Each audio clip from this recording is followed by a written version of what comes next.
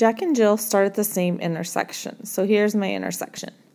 Jill walks east, so this is Jill,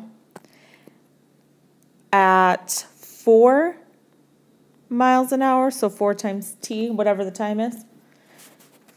Jack walks south, so this is Jack. Jack's a little bit slower, so he walks at 3 miles an hour. Since he walks a little bit slower, maybe I'll make him a little slower there. Okay. They are communicating with a two-way radio that has a range of 2 miles. How long after they start walking will they fall out of radio contact? So if they're both walking and Jack's right here and Jill's right here, I can tell you what this distance is by doing the Pythagorean theorem. So let's just figure out what that distance is.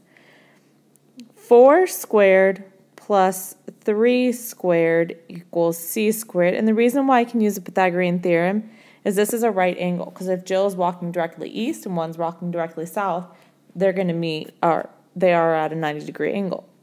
So I have 16 plus 9 equals c squared. 25 equals c squared. Take the square root of both sides, so c equals plus and minus 5.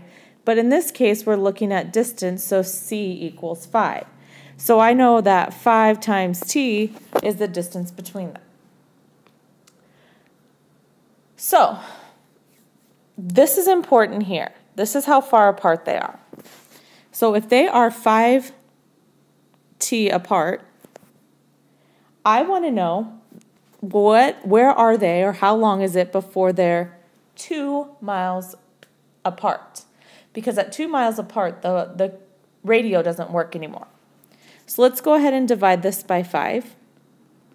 So at t equals 2/5, or what is that, 0.4 hours, because t is in hours, because miles per hour.